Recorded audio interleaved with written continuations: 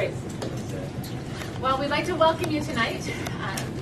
We're here to learn about parasites. Who's excited? Woo! Good, because you're full of them. But anyhow, I'd say you're full of it, but that would be awfully rude. So, my name is Karen Urbanek. I'm a holistic healthcare practitioner. I do vital testing, SEDA testing, et cetera, but my most exciting title is mom. We happen to have 10 children, and it's been just a joy. They've been great to experiment on, so everything has been tested, tried, and proven, okay? So anyhow, just kidding. But our family thoroughly has enjoyed the last 20 years that we've been able to invest learning and sharing with people such as you. So thank you all for coming out tonight. This will be a great class. Is there anybody here who's not heard me speak before? This is kind of the first time? Okay, a few people? Okay, good. So, a couple of warnings. I talk really fast and I don't slow down, so just deal with that. And so if you have questions, just write them down and we'll cover some things as we go, but don't be afraid to throw your hand up in the air if you have any questions at all. I pick on everybody in the front row. Okay, just so you know, I'm just kidding. So we're good. Only pick on you. So, anyhow.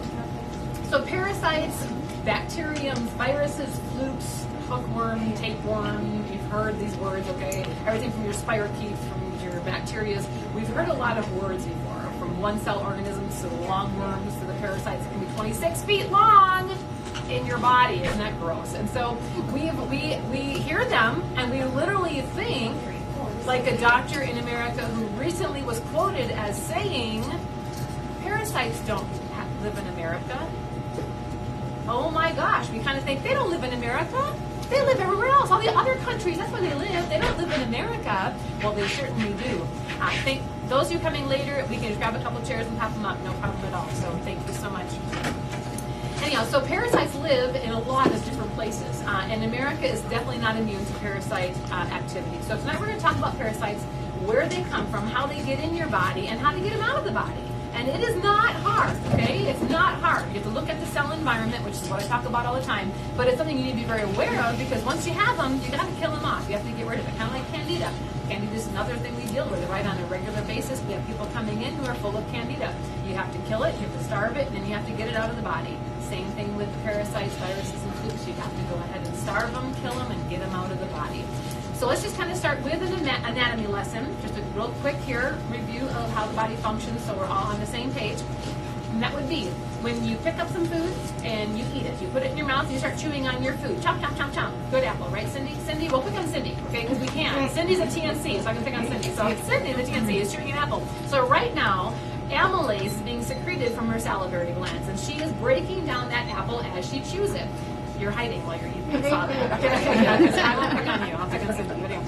So this apple is now breaking down, and it comes out of your esophagus, which is a muscle, and it shoots down to your stomach. And your stomach is right over here. This is not your stomach. Your stomach is over here. So your heart's over here on the left. Your stomach is kind of right below it.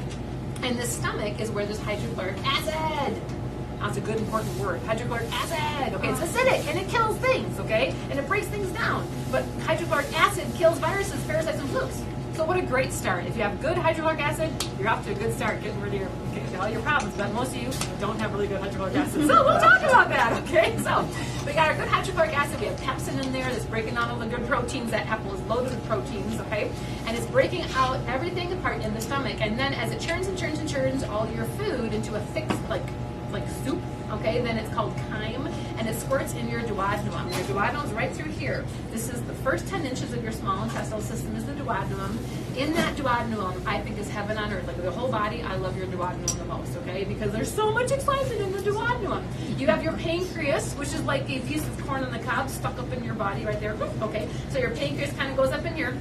Your pancreas secretes pancreatic enzymes. Yes, enzymes are cofactors. They break things down, they pull things apart, they melt things together. So you've got a lot of enzymes coming in, breaking down the food you just ate. You also have sodium bicarbonate, which is alkalizing, and that is coming in and breaking down the food and alkalizing the situation in the duodenum. You've got your liver. Your liver's on your left side from about your waist to the middle of your breast and over. So it's this nice big organ right here. That's what's on the right side is your liver.